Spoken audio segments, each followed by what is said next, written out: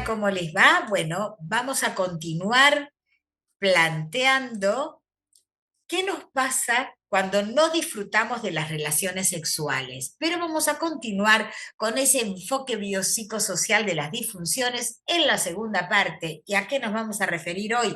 A las disfunciones sexuales. Y para hablar de disfunciones tenemos que plantear qué es una disfunción sexual. Y entonces vamos a tomar el DSM-5. Ustedes saben que el DSM-5 es el manual de disfunción, el manual de psiquiatría de Estados Unidos, que plantea que una disfunción es la incapacidad de mantener relaciones sexuales satisfactorias percibidas por la persona y o su pareja. Con lo cual nos lleva a repensar nuevamente en qué es la satisfacción sexual. Y la satisfacción sexual es la percepción que realiza una persona en relación al contexto de su deseo, sus expectativas y todo esto vinculado al entorno sociocultural y al momento histórico. Entonces, el término de satisfacción en todo lo que hace a sexualidad es fundamental, porque si no sentimos satisfacción, no vamos a tener recompensa y no vamos a querer volver a vincularnos sexoeróticamente, porque si no tenemos satisfacción las vamos a estar pasando mal. Entonces, la experiencia sexual satisfactoria es una compleja interrelación entre los factores psicoafectivos, biológicos, fisiológicos, socioculturales, históricos y todo el contexto que nos atraviesa hace a la experiencia sexual satisfactoria. Y entonces vamos a ir contextualizando. De acuerdo al DSM-5, una disfunción es un grupo de trastorno heterogéneo, variado, diverso, pero que se caracteriza básicamente por ser clínicamente significativa en la alteración que provoca en relación a nuestra capacidad sexoerótica, en tanto responder sexualmente o experimentar placer sexual. Y se caracteriza por, primer dato fundamental, tiene que provocar malestar clínicamente significativo. ¿Qué significa? Que tiene que provocar angustia, frustración, eh, perturbarnos afectivamente, ese malestar personal o malestar en el vínculo interpersonal. Que esa dificultad debe transcurrir durante 6 meses como mínimo, es arbitrario, pero se toma como parámetro en la constancia del síntoma, pero que además debe suceder y ocurrir en el 75 al 100% de los encuentros sexoeróticos. Y eso sí, para definir esa disfunción va a caracterizarse porque o perturba el ciclo de respuesta sexual humana o causa dolor, perturbando secundariamente al ciclo de respuesta sexual. Eso desde ya. Entonces, cuando hablamos de respuesta sexual, vamos a ir a hacer un pequeño repaso de lo que fue el último encuentro, en el que Master y Johnson, allá por la década del 60-70, plantea la respuesta sexual. Este es el modelo de la respuesta sexual de un varón masculino para ser binario o de una persona con pene, donde plantean que hay excitación y el máximo de excitación en la meseta, y luego viene el orgasmo, todo vuelve a la naturalidad y tengan siempre presente el periodo refractario en las personas con pene. Y entonces decimos que esto, de acuerdo a William Master y Virginia Johnson, su respuesta fisiológica es una respuesta bifásica. ¿Por qué? Porque había vasocongestión predominantemente manejado o generado por el sistema nervioso autónomo parasimpático, y en el orgasmo había miotonía que tenía que ver con la contracción del músculo estriado del piso pelviano, pero además la contracción del músculo liso por estímulo simpático. Ahora luego viene Helen Kaplan, instala el término de disfunciones, ella es psiquiatra y plantea el abordaje en términos de disfunción y dice, está todo bien, pero esto no alcanza si no tenemos previo a todo esto el deseo. Y el deseo está instalado centralmente, tiene que ver con nuestra memoria, con nuestra historia, con nuestra afectividad, con nuestra emoción, con neurotransmisores, y esto es totalmente central, con lo cual plantea que las disfunciones eran trifásicas, en realidad, disfunciones del deseo, disfunciones de la excitación y disfunciones del orgasmo, en tanto varones y mujeres. Ahora, sabemos que la sexualidad femenina asienta en un pensamiento en red a la hora de un encuentro sexual. Todo tiene que ver con todo. Las mujeres vinculamos emociones, sensaciones, historia y contexto. Y ahí, entonces, en la última década, modifica todo el concepto de las disfunciones sexuales femeninas porque aparece Rosemary Bason planteando que la intimidad, la proximidad emocional y la intimidad es lo que hace que la mujer vaya a la búsqueda de la actividad sexual, que puede ir con deseo, sin deseo. Lo importante es todos estos motores promotores de lo que va a ser el vínculo. Desde ahí plantea que entonces deseo y excitación vienen de la mano. Deseo y excitación van provocando y reciclándose mutuamente, generando la posibilidad de disparar hacia el orgasmo. Y entonces vamos a plantear algunas consideraciones qué es lo primero que tenemos que pensar ante un síntoma considerado como una posible disfunción sexual. Primero, momento de aparición del síntoma, es decir, puede aparecer desde el inicio de la actividad sexual, sería primaria, eh, desde el comienzo de la actividad sexual, o secundaria o adquirida, que sería en algún momento de la vida. Y ya vamos entendiendo y pensando que si las disfunciones pueden tener una causa orgánica o una causa psicoafectiva o una causa mixta, porque en general, aún siendo predominantemente orgánico,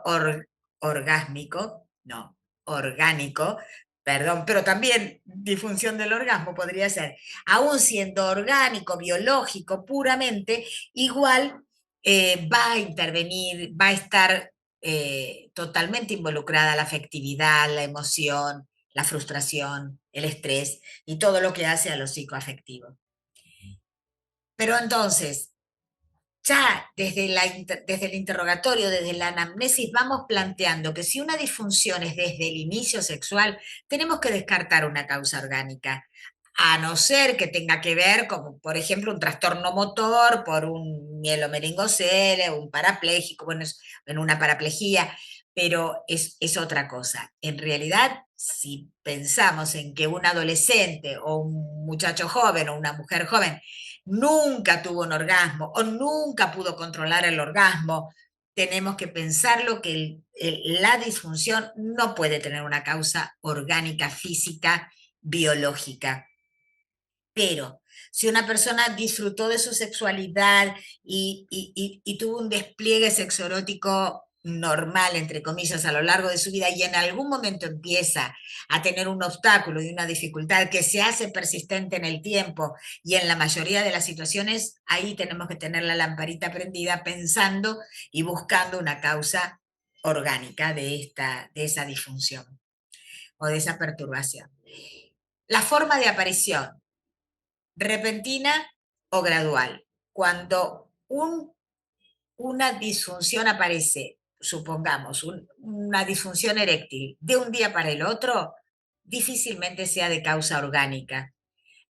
En general aparece a lo largo del tiempo y cada vez con mayor profundidad y secuencialmente, cada vez más intensa, más profunda. En general es gradual. Ahora, cuando una situación aparece, una persona que de un día para el otro comienza un síntoma y se instala rápidamente, pensemos en que el tema tiene que ver con su desempeño, con su afectividad.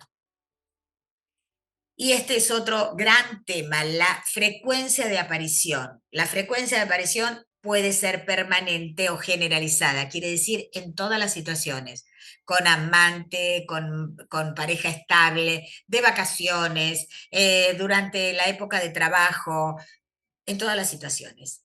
Cuando aparece de manera situacional, quiere decir que con la pareja estable no tiene síntomas, pero con amantes sí, o con una pareja ocasional sí, o en el verano no tiene síntomas, que está de vacaciones y cuando está durante el año sí. Por ejemplo, una persona, o al revés, un varón que tiene una eyaculación rápida y durante el año es tremendamente precoz. Y sin embargo en las vacaciones está mucho más relajado y puede tener un orgasmo mucho más tardío.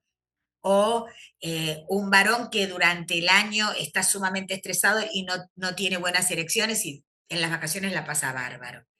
Bueno, o con la pareja estable no tiene una erección y con la amante la pasa genial, o al revés, o al revés. Y eso, cuando es situacional, claramente nos está planteando que el tema no es físico, sino que tiene que ver con la preocupación que hace a que no pueda excitarse como debería.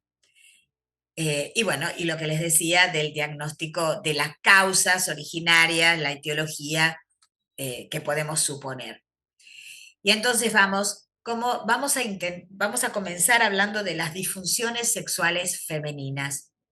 Y aquí vamos a hablar de seguimos con la clasificación del DSM-5, tomando la clasificación actual con esta idea de Rosemary Bason que habla del deseo y excitación, y entonces planteamos, el orden lo plantea así porque sí, pero porque quise y porque me es más didáctico. Entonces lo planteamos, trastorno por dolor génito-pélvico y o penetración, trastornos del orgasmo femenino y trastorno del interés y excitación sexual. ¿Ven cómo interés y excitación van de la mano? Ya no es deseo-excitación en la mujer. Y entonces, trastorno por dolor génito-pélvico y o penetración es donde vamos a comenzar a hablar. Y cuando hablamos decimos que el trastorno por dolor génito-pélvico y o penetración consiste en dificultades persistentes y recurrentes de una o más de las situaciones que les vamos a plantear. Por ejemplo, puede tener, se los voy a hacer más fácil, acá, pueden tener dolor coital o en el intento de la penetración, dolor en la penetración o cuando intentan penetrar. Puede tener dificultades con la penetración sin que por esto sea con dolor. Pueden tener temor o ansiedad a sentir dolor o ante la penetración, ansiedad con la penetración, y pueden tener tensión de los músculos del piso pélvico, denominado históricamente vaginismo. Todas las disfunciones por dolor y o trastornos en la penetración llevan a la evitación coital, obviamente, que nadie quiere ir a donde la pasa mal. Entonces, bueno, entonces vamos a esto. Vamos a hablar del dolor coital o dolor en la penetración o ante el intento de la penetración. Cuando hablamos de dolor coital, estamos hablando de dispareunia y de vulvodinia. Y cuando hablamos de dispareunia y de vulvodinia, vamos a hablar de que en la dispareunia hay trastornos biológicos, físicos, enfermedades, patologías que afectan la genitalidad femenina o de las personas con vulva y vagina, generando dolor coital, desde una candidiasis hasta un dolor traumático neurogénico o, en el caso de la diabetes, o que produce una disminución de la lubricación, o en el caso del climaterio y menopausia, por ejemplo, que produce menor lubricación y por lo tanto dispareunia.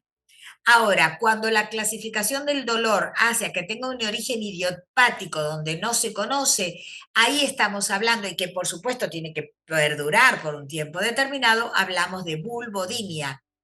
Estas cuestiones son tratadas por él y la ginecóloga que vaya a consultar, y tienen que trabajar sobre estos aspectos. Ahora, hay situaciones en las que el dolor se instala como síntoma. Quiere decir, pacientes que vienen, que tuvieron una candidiasis, que cada vez que tenían relaciones, obviamente que les dolía, les molestaba, y que era recurrente, a pesar de que le hayan hecho el tratamiento, a pesar de que se haya curado, de que ya no tenga ninguna patología ginecológica, puede ocurrir que secundariamente se instale y perdure el dolor a pesar de no tener una causa física. ¿Por qué ocurre esto? Porque cuando tenemos dolor y tenemos temor a que nos duela, nos vamos a proteger, nos vamos a cuidar para que no nos duela. Y si nos cuidamos de que no nos duela, nos vamos a alejar del objeto que le tenemos miedo o que nos provoca dolor. Con lo cual es muy probable que inconsciente e involuntariamente cerremos sin darnos cuenta el introito, la entrada de la vagina, para poder dejar y apartar al pene para que no provoque dolor. Esto hace ese mecanismo de defensa inconsciente e involuntario, es lo que hace a que nuestro cuerpo no esté preparado para ese estímulo. Con lo cual, si hay una penetración, va a doler porque no estamos ni lo suficientemente relajada, ni lo suficientemente lubricada, porque vamos a estar asustadas de que esto provoque dolor y hace que provoque el dolor.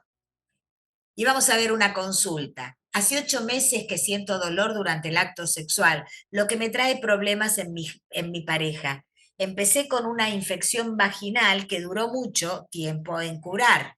Ya hace 2 meses que no tengo nada. O sea que esta persona, que es un caso real, no es el único. He tenido montones de consultas derivadas por ginecólogos y ginecólogas de pacientes que las estudiaron de todo tipo, con todo lo que se les ocurra, y no había diagnóstico, no había ninguna patología ginecológica, ya estaba súper curada, pero seguía sintiendo dolor. ¿Qué había ocurrido? Un vaginismo secundario, es decir, secundariamente para protegerse se cerraba su piso pelviano, cerraba la entrada de la vagina y se escapaba imponiendo distancia de la posibilidad de que le duela y del pene.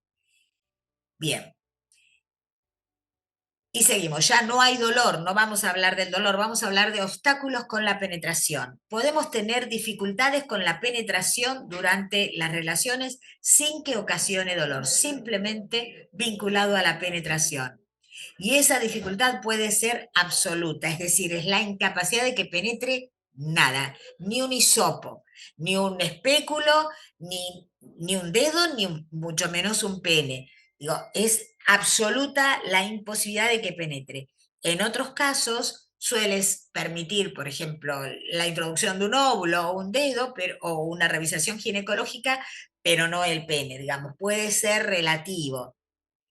Obturar la penetración puede ser absoluto o relativo. En el caso de las fobias es el caso típico. La fobia es un miedo irracional, inconsciente, involuntario, persiste, excesivo, es un miedo irracional, que puede ser a una araña o a situaciones que provocan ese miedo desmedido que llevan a una situación de ansiedad y de evitación. Si yo tengo pánico por una situación, voy a tomar distancia y me voy a alejar. Puede haber, puede haber fobia a distintos objetos, muchos y variados. Puede haber fobia al cortejo, a que nos digan algo, a la intimidad, al estar solos, a la penetración o coito, al dolor, fobia al que le duela, con lo cual si de chica, antes de tener su primera relación sexual, escuchaba que este va a doler y que duele porque te rompe, porque te lastima, porque te duele, y seguramente si tiene una situación fóbica, y seguro que esto se va a dar. Yo tuve una paciente que tenía fobia a todo lo que podía introducirse en su cuerpo, desde una inyección, todo lo que podía violentar su cuerpo. Por supuesto que sacarse sangre, aplicarle una inyección, y por supuesto que el coito. Fobia a los genitales, al contacto corporal y también al orgasmo. Y es un miedo irracional. Esta fue una paciente que vino por un matrimonio no consumado. Como decíamos, los trastornos por dolor o trastornos por penetración llevan a la evitación coital, al no poder. Hay situaciones en las cuales lleva a la pareja no consumada, a no poder consumar en un coito, consumar a través de ese coito el vínculo. Esta paciente que tenía una fobia muy marcada, que consultó por un matrimonio no consumado, cuando tuvo que mirarse con un espejo, dice, cuando me miré vi todo negro y tuvo que pedir asistencia a la hermana porque se desmayaba. de solo intentar mirarse su vulva. Otra paciente, no puedo ni tocarme, me da impresión. Cuando estamos juntos, no nos sacamos la ropa. Igual aprendimos a disfrutar y tenemos orgasmo. Y tardó tiempo en poder expresar esto. Hacían el amor, tenían un encuentro erótico, deseante, lubricada ella, erecto él, sin sacarse la ropa interior, ambos con orgasmo, frotando de distintas maneras, sin ni siquiera él tocarla con su mano. Si con frote ella buscaba la manera de llegar al orgasmo. Puede ocurrir que haya temor o ansiedad de sentir dolor. No es solo penetración, sino de temor o ansiedad por el dolor que puede provocar antes, durante o después de la penetración. En este caso, siempre que intentamos tener relaciones me duele. De solo imaginar que voy a estar ya me molesta. Yo lo amo, pero creo que no sirvo para el sexo. Vean ustedes esta disfunción, lo estigmatizante que es, lo descalificante que es, descalificativo, que termina siendo el no poder tener una penetración, porque en nuestra cultura, relación sexual es igual a coito. Una persona que no puede, en términos de sexualidad femenina, no puede ser receptiva a un pene, es tremendamente descalificante o descalificativo. No sé si lo estoy diciendo bien, pero vamos a seguir. Y esto hace que cuando el no se pone en el cuerpo, aparece el dolor coital. Y acá, el dolor coital está dado por la tensión y la contracción, que es lo que les decía recién, intensa de los músculos del piso pelviano ante el intento de la penetración o incluso pudiendo lograr una penetración a medias, apenas, podríamos plantear. Y entonces, en el vaginismo, que es la contracción involuntaria e inconsciente de los músculos que rodean la entrada de la vagina, es decir, hay una contracción que no está registrada por la persona. No se registra, ocurre involuntariamente, inconscientemente, pero que el mecanismo que se pone en marcha es la contracción de los músculos, básicamente iscocavernoso y bulbo cavernoso, que son los músculos que van a estar rodeando la entrada de la vagina, el introito, y que van a cerrar ese introito imposibilitando el coito y si hay intención de hacerlo y insistencia, provoca dolor. Ahora, ese cierre puede ser absoluto, literalmente absoluto, o puede ser relativo como en la mayoría de los casos, parcial. Cuando es absoluto, yo he tenido pacientes cuya pareja que había tenido muchas experiencias sexuales, pareja masculina, decía, no encuentro dónde tiene que, no encuentro dónde hay que penetrar, no sé porque está absolutamente cerrada. Y de hecho, las pacientes sienten que tienen una pared y lo relatan como tal. Yo tengo una pared, tengo un hueso ahí, soy anormal. ¿Cómo llegan a la consulta sexológica? Derivados por ginecólogos, por psicólogos, psicólogas, por los medios de comunicación. Yo estuve años en la tele, hace muchos años. A veces, en mi caso, derivados por otras pacientes, que es lo menos frecuente. Porque esto no se habla, no se dice, justamente por lo estigmatizante que es. Otra historia, para mediados de este año llevamos 10 años de casados, juntos crecimos como pareja, pero nuestra felicidad no era completa. A pesar de que podíamos disfrutar del tiempo juntos y de la intimidad a nuestra manera, sin coito, teníamos algo pendiente, consumar nuestro matrimonio. Cada aniversario era una alegría, también una tristeza. Queríamos una relación completa. Vean ustedes esa sensación de incompletud, de insatisfacción, de carencia. Además, la familia presionaba con un bebé, con un nieto, y no sabían a quién consultar. Esto también. Muchas veces no consultan a ningún profesional y menos a un ginecólogo o ginecóloga porque pondría en evidencia su condición. Con esta situación hace que en general no se habla porque es un secreto que se guarda en la pareja. Y cuando consultan, cuando hay amenaza o peligro, que la pareja dice, bueno, si no modificás esto, me voy, o que sienten que ya no pueden seguir o que buscan tener un hijo. Y cuando consultan, no soportaba más que me preguntaran, ¿y para cuándo el bebé? Es muy doloroso no poder explicar, porque no, una cosa es decir, no, estamos haciendo estudios de infertilidad, pero otra cosa es decir, no, porque no, pues somos sanos, pero no puedo tener penetraciones. Fuerte. Bien. ¿Cómo son sus encuentros? Suelen ser plásticos, excitatorios, orgásmicos, eh, divertidos. Muchas veces tienen coito anal, pero la limitación está en el coito vaginal. La mayoría de los casos no tienen coito anal, pero el eje es la imposibilidad del coito vaginal. Ahora, ¿qué sentimiento traen? Esto que decíamos, avergonzadas, angustiadas, se sienten extrañas, poco mujer, como las únicas, no pueden entender que yo he llegado a ser un grupo de mujeres con matrimonio no consumado, porque tengo mucha experiencia, son muchos años de trabajo y bueno, y como vengo de la ginecología he tenido muchas derivaciones. Pero siempre sienten que son las únicas. Entonces, cuando armé un grupo que eran 12 pacientes que accedieron a conocerse, fue maravilloso. Y lo que les sirvió el poder escuchar y hablar con otras que transitaban el mismo obstáculo, dificultad, fue maravilloso. No conocen, nunca se miraron y de solo pensarlo, en la mayoría de los casos las aterra.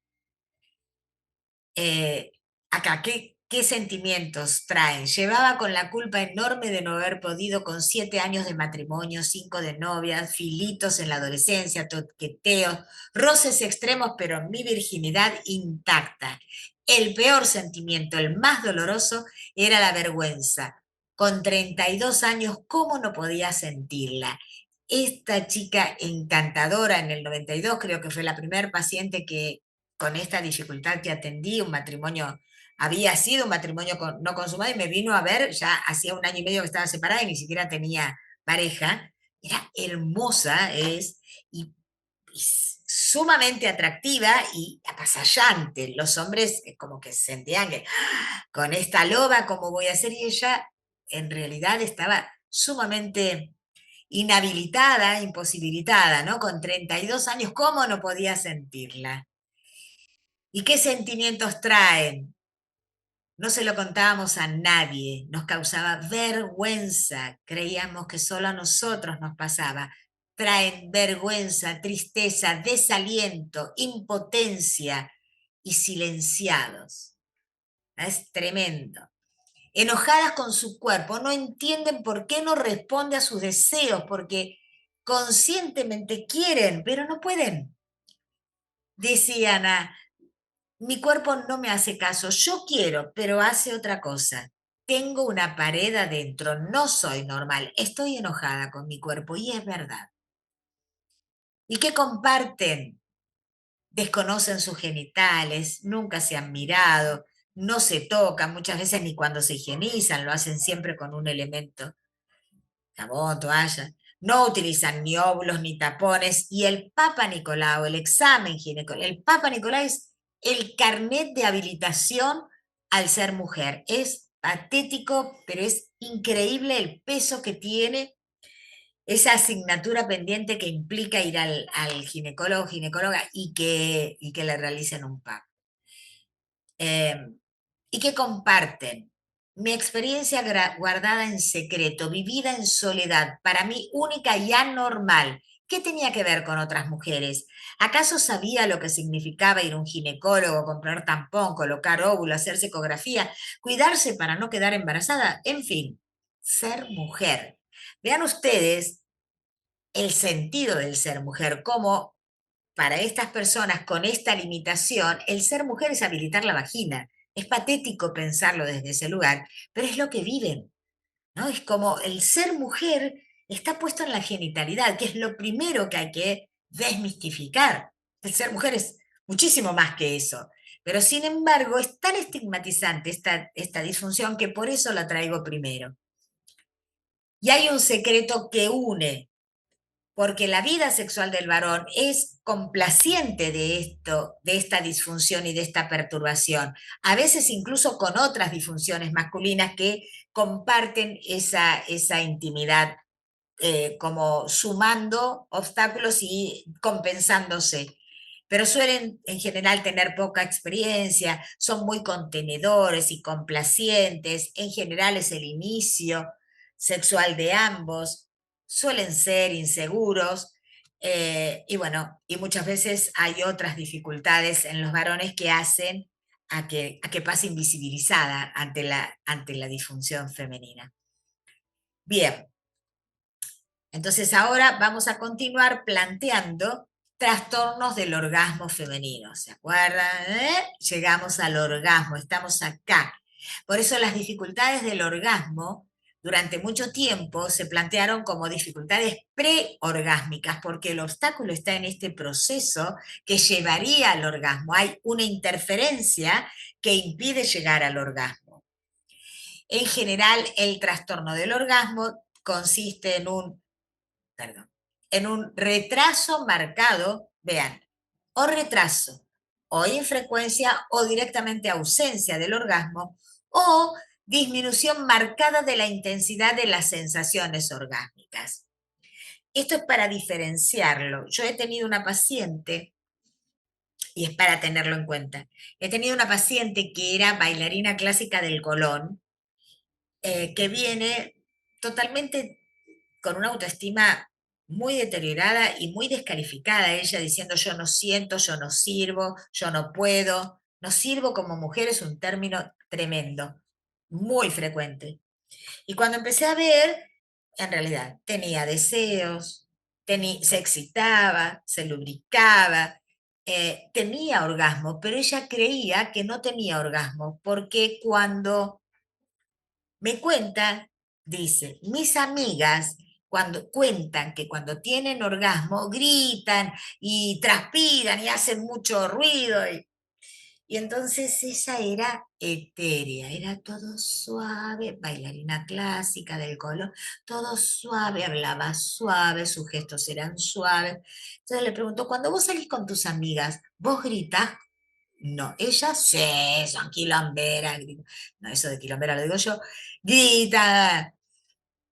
Entonces, ¿y por qué vos tendrías que tener el orgasmo que tienen ellas? Vos tendrás el orgasmo que tiene que ver con tu personalidad, con tu forma, con tu manera de expresar. Sería absurdo que expreses un orgasmo al estilo de otra persona y no al tuyo.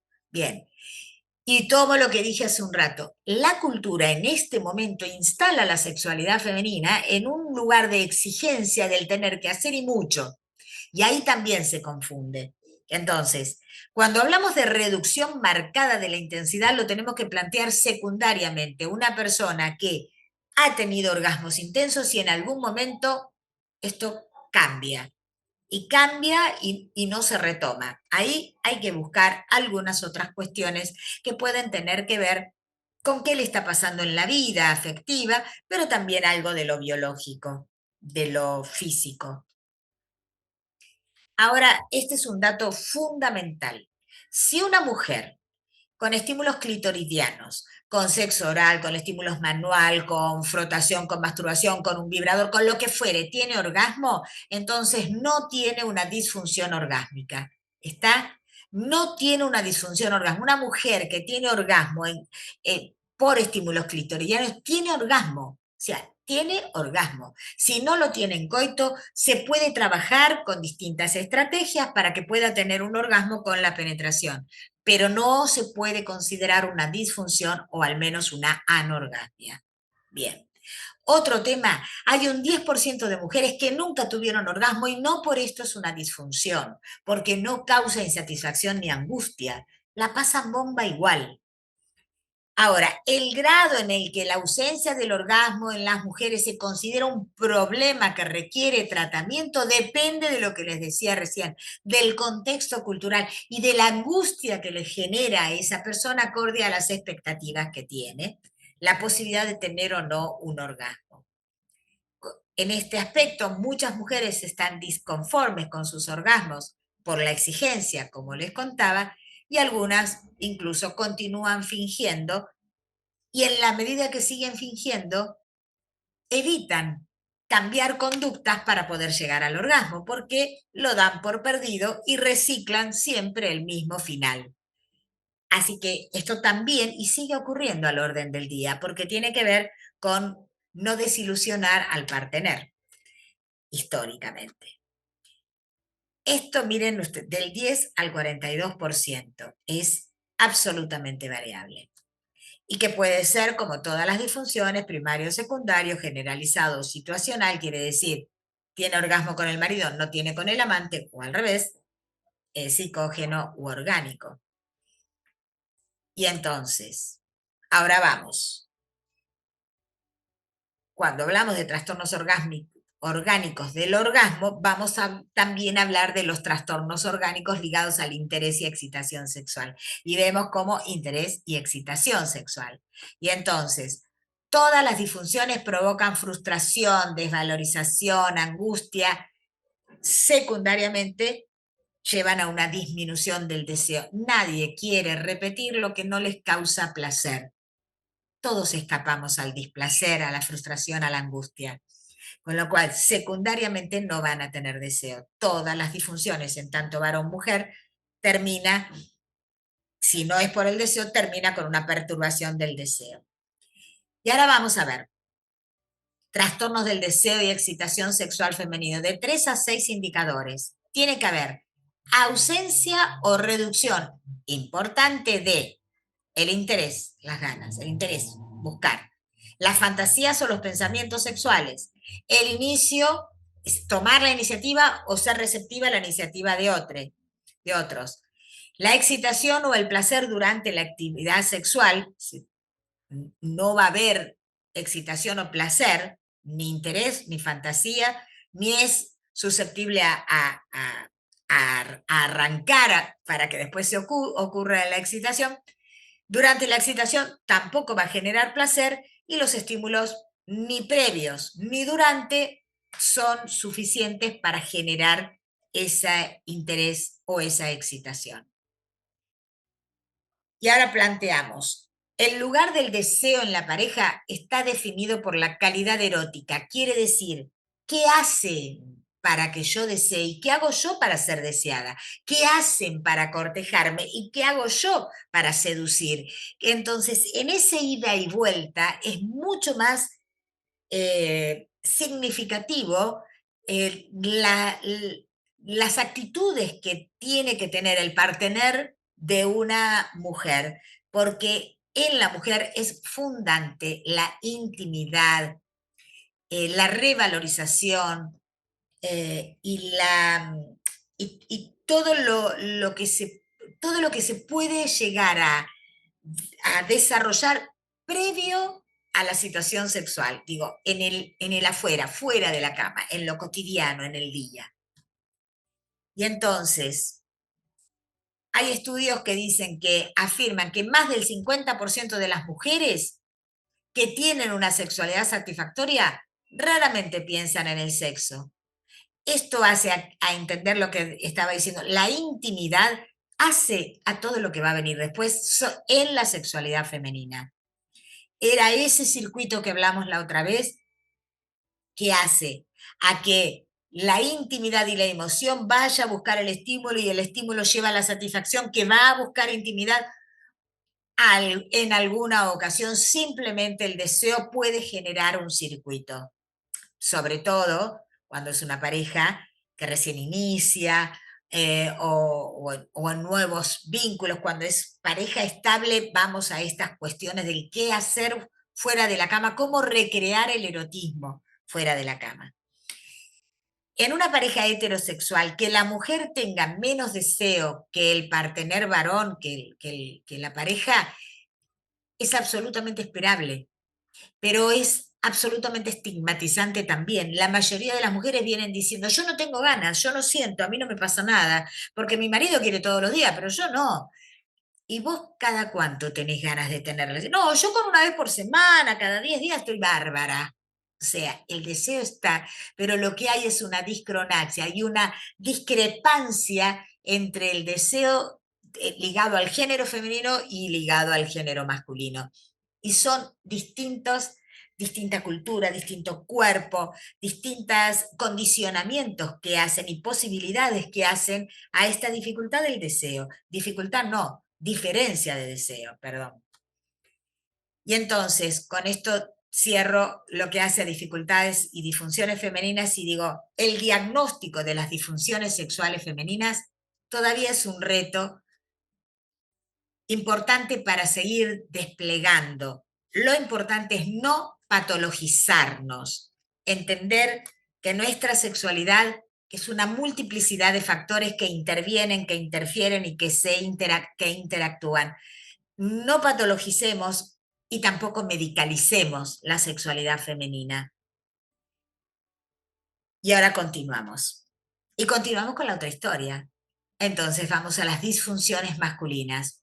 Nuevamente consideramos si esa disfunción en cuanto al momento de aparición es primaria o secundaria, si es de la aparición gradual o repentina, si ocurre de golpe o lentamente, y si esto ocurre gradualmente, tenemos que pensarlo en términos de una cuestión orgánica. Tenemos que pensar en los antecedentes históricos del síntoma de la pareja y también de la frecuencia de aparición, ¿no? Si es permanente en todas las relaciones o con una persona sí, con otra no, en las vacaciones, lo que estuvimos hablando al inicio. Y las elecciones nocturnas lo dejo para dentro un ratito.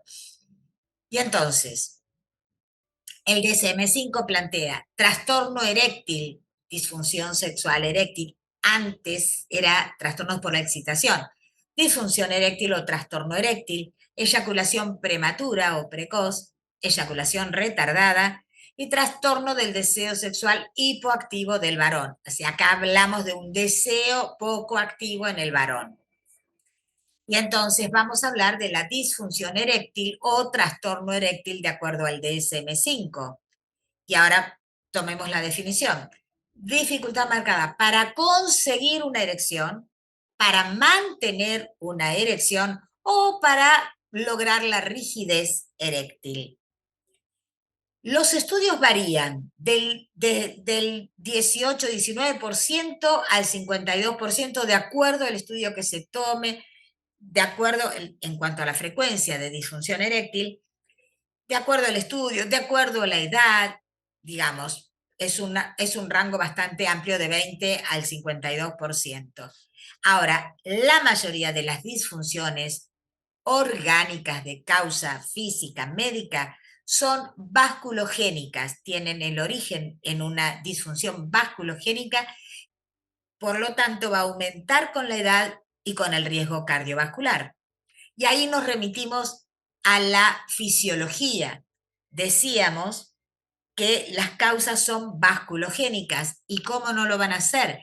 Si la erección es un proceso vasculo-oclusivo. Acuérdense, y hacemos un pequeño repaso, esto es el cuerpo cavernoso, ¿se acuerdan que está formado por trabéculas o espacios lacunares, de los cuales los espacios lacunares tienen endotelio en la capa interna y están rodeados por una fibra muscular lisa, susceptible al simpático, al estímulo simpático, que provocaría la contracción y al estímulo parasimpático también.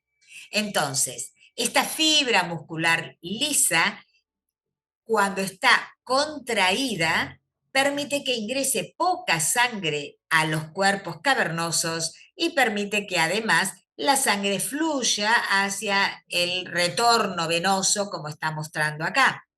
En este caso, cuando el músculo liso, cuando la fibra muscular lisa que rodea estas trabéculas está contraída, el pene está flácido porque no ha entrado sangre.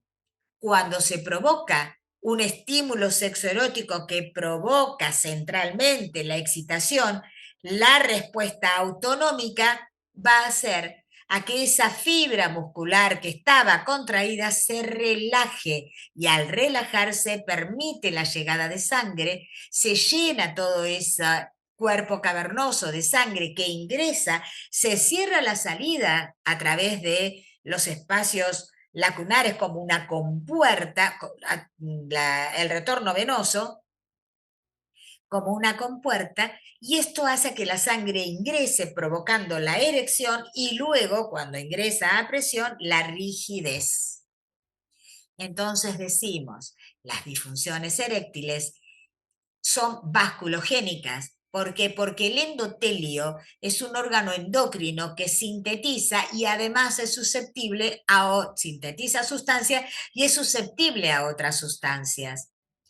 Y entonces el mecanismo neuroquímico es dentro del endotelio, va a producirse el óxido nítrico que va a llevar a actuar en esa descarga, en este mecanismo de relajación muscular. El óxido nítrico va a actuar sosteniendo y provocando la relajación muscular. Esa relajación muscular se sostiene mientras no se ponga en marcha la fosfodiesterasa 5, que va a desintegrar todo el mecanismo de relajación. Ahora bien, los inhibidores de la fosfodiesterasa, tadalafil o sildenafil, actúan inhibiendo la fosfodiesterasa. ¿Para qué? Para sostener el óxido nítrico. ¿Para qué? Para sostener la relajación y sostener el mecanismo de eréctil y congestión de los cuerpos cavernosos. Bien, entonces, los cambios vasculogénicos en las disfunciones eréctiles, diabetes y en la mayoría tienen que ver con la contracción del tejido liso trabecular que hace a que no ingrese sangre, disminuye el contenido en esa vasodilatación y por otro lado hace que se vaya más rápido la sangre que intentaba acumularse. La disfunción eréctil tiene muchas causas orgánicas que van incrementándose con los años, con las distintas patologías, con la polimedicación y con varones más susceptibles, como por ejemplo en la diabetes, en las patologías cardiovasculares, urológicas, neurológicas. Todas las patologías pueden llevar secundariamente a una disfunción, incluso el consumo, por supuesto, el consumo de sustancias y los fármacos también. Pero no nos olvidemos de que a todo esto se le suman los factores psicoafectivos que hacen a que la disfunción, por más que sea de causa orgánica, tiene un componente afectivo y también la cultura interviene y, sin ninguna duda, el rol de la pareja cuando existe.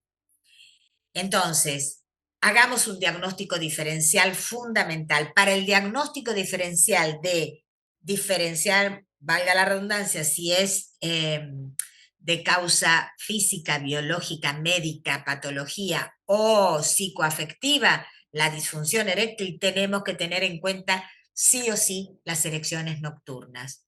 ¿Y de qué estoy hablando? Los varones, las personas con pene, más allá de su identidad, cuando duermen, todas las personas, cuando dormimos, tenemos etapas y fases del sueño. La etapa no REM y la fase REM. Durante la etapa no REM ocurren distintos tipos de sueño superficial y sueño profundo. En la etapa REM ocurre varios reflejos. Uno de los reflejos es los movimientos oculares rápidos. Reflejo, la persona está dormida, no registra, no sabe, ocurre en su cuerpo que los ojos se mueven de manera rítmica de un lado a otro. En ese momento, en la etapa de los movimientos oculares rápidos, ocurre una erección peniana absolutamente refleja, donde el dueño de ese cuerpo no está enterado. Esto ya nos da el diagnóstico diferencial. Si esa persona que consultó por una dificultad en la erección, cuando está dormido, tiene erecciones nocturnas, implica que su pene está sano, que su mecanismo vasculo-oclusivo está sano.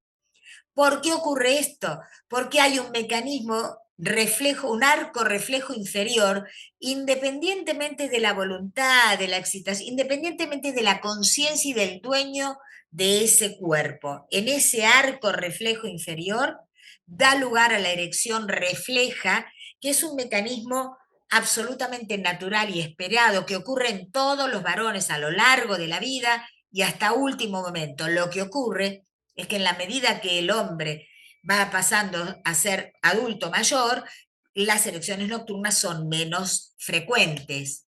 4 a 5 veces por noche, depende el tiempo que duerma la persona, la calidad de sueño, en la medida que hay sueño REM, va a tener una erección nocturna. Entonces, es fundamental preguntar, habilitando la respuesta del, la última vez que se despertó con el pene erecto, ¿cuándo fue? O cuénteme en la madrugada, en la mañana, o entonces ahí ya habilitar la pregunta, darlo por hecho, porque esto ocurre en algún momento de la noche. Si se despierta el varón durante el sueño REM porque sonó el despertador, se va a encontrar con su pene muy erecto. Si se despierta el varón después que pasó el sueño REM, se va a encontrar sin pene erecto o volviendo o en estado de comenzando la flacidez porque se está despertando posterior. Bien, y ahora vamos a continuar con otra de las disfunciones que es absolutamente frecuente y decimos, la disfunción eréctil, que hablábamos antes, aumenta con los años. La eyaculación precoz o prematura suele ser desde el inicio sexual y en personas jóvenes. ¿Por qué? Porque tiene que ver con la persistente o recurrente eyaculación con una estimulación sexual mínima y antes que el varón o el dueño de ese cuerpo lo decida. Y va a ocurrir antes de penetrar o inmediatamente luego de la penetración, pero antes de que lo decida o que lo desee. Por supuesto, tiene que causar malestar para que sea una disfunción. Y tiene que durar 6 meses y tiene que darse en la mayoría de los casos. Básicamente, la persona no consigue percibir o controlar las sensaciones preorgásmicas, sensaciones propioceptivas que surgen del cuerpo de esa persona y que no logra identificarlas, pero que son sensaciones que le indican que va a venir, qué es lo que va a ocurrir a tiempo. Si registra esas sensaciones a tiempo, va a poder modificar el ritmo de lo que está aconteciendo y probablemente prolongar la posibilidad del orgasmo. El aspecto crucial es la ausencia del control voluntario del reflejo eyaculatorio. Ahora, el tiempo de latencia intravaginal tiene que ser tiene que ser muy rápido y básicamente que no lo controle la persona. Por supuesto que le va a causar malestar. Menos de un minuto es lo esperado para plantear eyaculación precoz, pero yo he tenido pacientes que tenían mucho más actividad coital que un minuto y sin embargo estaban sumamente frustrados porque sentían que no tenían control orgásmico.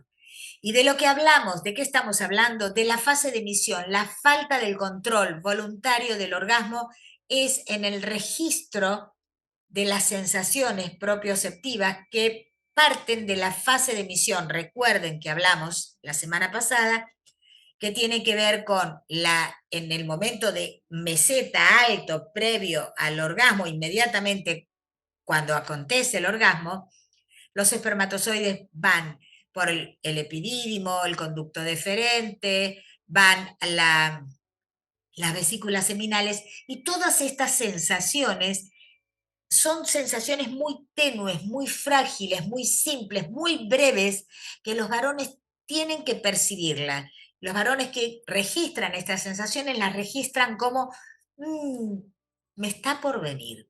Si un varón percibe estas sensaciones, puede bajar el ritmo, puede retirar el pene del coito, puede hacer montones de estrategias que le permiten tolerar ese alto nivel de tensión sexual sin descollar en un orgasmo. Ahora, Los varones ansiosos, por eso siempre digo, llevamos a la cama lo que somos fuera de la cama. Si fuera de la cama somos ansiosos, inseguros, temerosos, lo llevamos a la cama. Y si llevamos la ansiedad al encuentro erótico, vamos a tener un orgasmo anticipado. Eh, y si no pudimos reconocer esas sensaciones y llegamos a la etapa de inevitabilidad eyaculatoria, se forma el bolo seminal y lo único que le queda es la eyaculación y el orgasmo. La frecuencia alrededor del 27% en la mayoría de las investigaciones aportan esa frecuencia. En general es esa frecuencia mundial, pero también hay que tener en cuenta que en un tercio al 75% de los varones en algún momento de su vida perdieron el control orgásmico ante una situación de estrés, de tensión, de ansiedad. Pudieron desbordarse sin control y no por esto pensarlo como una disfunción, obviamente. Bien, las, el la eyaculación precoz ocurre de entrada inicial, es primaria en gente joven, es la que consulta, porque la falta del control, el control orgásmico se aprende desde la infancia, desde la adolescencia, en ensayo y error. En el ensayo y error, desde la masturbación a los primeros encuentros y durante esos ensayos de relaciones coitales y eróticas, aparece de alguna manera ese practicar el control intuitivo, el control orgásmico. Eh, Ahora, esto sí también es importante. Hay como un mito muy instalado en la sociedad de creer que el tiempo del coito penetración tiene que ser extensísimo, media hora, 20 minutos, 40, y la realidad es que se basan en las películas pornográficas, porque el tiempo promedio esperado en términos del coito no puede durar más de 6 minutos y medio, 7, que es lo establecido, lo estudiado, porque sería desbordante más. En términos de intensidad, se puede jugar, salir, digamos, cambiar la intensidad, cambiar las posiciones, y todo esto lo va prolongando en el tiempo. Pero digamos que en un coito, en la misma postura y en un coito intenso, difícilmente pueda llegar a ese tiempo. Ahora bien, parece ser que niveles bajos de serotonina provocarían el no control. Y acá un ejemplo. Cari, ¿qué harías si el mundo se acaba dentro de 10 minutos? Ay, te haría el amor. Y en los otros 9, ¿qué pasaría, no? Bueno, parece que la serotonina tiene que ver en estos niveles. Y esto está apoyado en que varones que han utilizado inhibidores de la recaptación de serotonina pudieron prolongar esa latencia coital. ¿Qué significa? No aprendieron a controlar, pero el orgasmo venía más tranquilo y más tarde. Entonces se supone que niveles bajos de serotonina pueden provocar la pérdida del orgasmo. Todavía está en estudio, pero de hecho en la evidencia muestra esta posibilidad, ¿no? Que cuando usamos un inhibidor de la recaptación aumentamos el nivel de serotonina y el orgasmo viene más tranquilo. Y esto tiene que ver con la ansiedad, sin duda. No se olviden que el orgasmo tiene que ver con una descarga adrenérgica. Causas que pueden ocasionar secundariamente una eyaculación precoz, varones que siempre controlaron y que de pronto pierden. La primera causa el estrés, sin duda. La segunda causa la diabetes. Cuando se instala la diabetes antes de una disfunción eréctil suele parecer una eyaculación precoz. También alteraciones geniturinarias, prostatitis, uretritis pueden ocasionar una eyaculación rápida. Y los estimulantes, cocaína y otras sustancias, el uso de sustancias también por descarga adrenérgica también.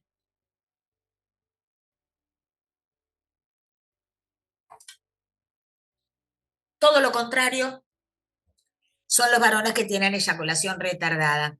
Si para la eyaculación rápida son ansiosos, para la eyaculación retardada son varones sumamente estructurados, constreñidos, son muy exigentes, tremendamente autoexigentes, controlados, que lo que les cuesta es perder el control.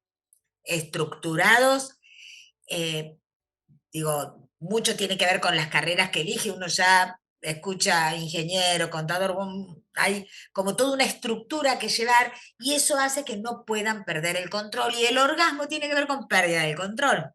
Bueno, esto también, o sea que cómo se lleva, como el síntoma tiene que ver con la personalidad.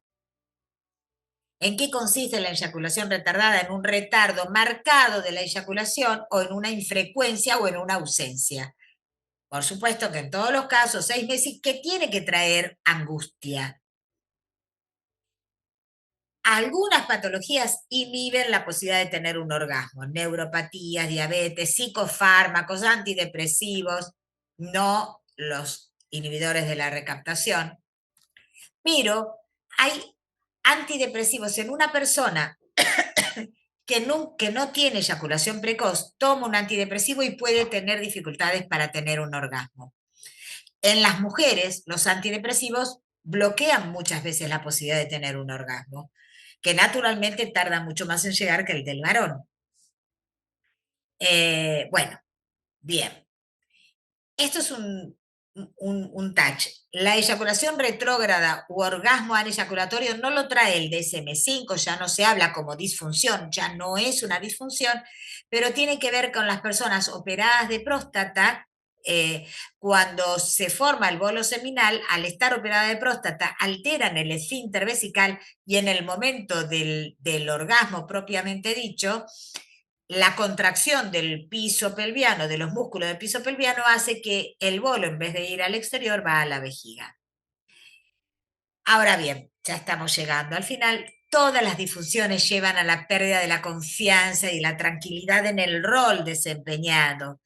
Promueven ansiedad. Uy, ¿qué me va a pasar? ¿Cómo voy a poder? ¿Le podré dar placer? ¿No? Y esta angustia, cuando es intensa, lleva a la evitación sexual porque la pasan mal y se frustran. Y entonces, vamos a nosotros y nosotras. La consulta es nuestra oportunidad como profesionales de la salud, es nuestra oportunidad para habilitar la sexualidad y para educar en sexualidad y para promover una sexualidad sana y saludable y placentera. ¿Cómo?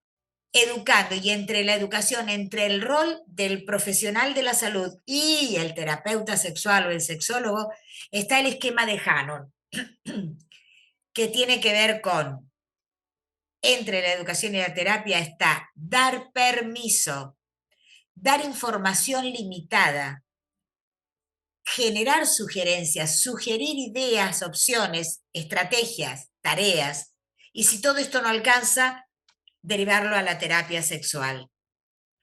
Cuando decimos dar permiso, tenemos que dar permiso para habilitar la comunicación. Primero, permitirnos nosotros y nosotras habilitar la comunicación, plantear la sexualidad, ponerla como un tema más dentro de la consulta. Y habilitando, no es decir, usted tiene relaciones, no, darlo por hecho, cuando, aunque sea una señora de 70 años viuda, no importa, no le podemos estar preguntando a una señora de 70 años viuda de decir, ¿usted tiene relaciones sexuales? Porque lo va a tomar, porque estamos atravesados por creencias y valores, por mitos y prejuicios. Entonces, la manera de habilitar la comunicación es habilitar la sexualidad desde la pregunta. Pero para eso tenemos que habilitarnos nosotros y nosotras para poder, y usar las palabras así, meterlas, sacarlas, ese tipo de cosas, y no ser tan académico en la llegada. Bueno, yo sé que claramente sé que lo hace, pero bueno, la información limitada tiene que ver con psicoeducación, poder plantear respuesta sexual, diferencias de género, diferencias en relación al erotismo, la necesidad del cortejo, la necesidad de tiempo y tipo de estímulo, que es lo que hablamos la semana pasada en el otro encuentro. Y brindar sugerencias. Es muy común que los varones, por ejemplo, cuando se colocan en profiláctico, pierdan la erección. Brindemos sugerencias. Por ejemplo, favorezcamos la intimidad de que tengan relaciones no en el coche los adolescentes, sino que puedan tener en un ámbito íntimo, que los matrimonios puedan salir con la pareja y dejar a los hijos a cargo de los abuelos, ponele, supongamos. Ay, perdón. Eh, Promover el autoerotismo, y acá tomo, muchos varones pierden la erección cuando se colocan el profiláctico. Entonces, tomo este encuentro y esta oportunidad, aprovecho esta oportunidad para plantear que si ustedes sugieren a los adolescentes masturbarse con profiláctico cuando son adolescentes, de grandes van a saber y van a aprender desde la adolescencia a colocarse el profiláctico, a gozar, a llegar al orgasmo, a medirlo, a poder hacerlo con la naturalidad y a llegar al orgasmo con la naturalidad que debería ser. Sin embargo, hay una gran cantidad de varones que al colocarse el profiláctico se perturban, se ponen nerviosos y sienten que pierden la erección, porque es lógico, si se ponen nerviosos y les causa tirria eso, van a perder la erección. Entonces, sugerir, aún siendo adulto, que le pasa esto del no colocarse el perfil o de tratar de evitar de colocarlo para no perder la erección, bueno, sugieran que se autoestimule con profiláctico. Van a poder aprender a usarlo con mucho más naturalidad y colocárselo rápido también. Estimulan encuentros sin exigencia, que no tengan que rendir examen para ir a algún encuentro sexual y generar esta cuestión del resignificar el placer no coital, ¿no? Y la erotización.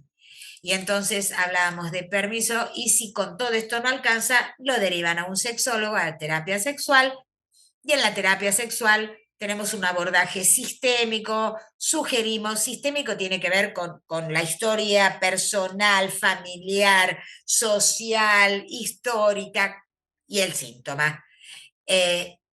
Realizamos tareas, técnicas conductivo-conductuales de modo de ensayo y error de nuevas formas de poder desarrollar un encuentro sexoerótico.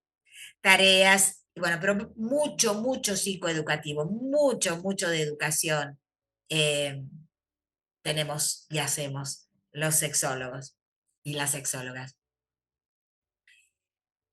Al final, para el final, y esto para cada uno de nosotros y nosotras, para el final de esta charla les propongo que tengan en cuenta y tengamos, ustedes y yo, tengamos en cuenta un poco de juego.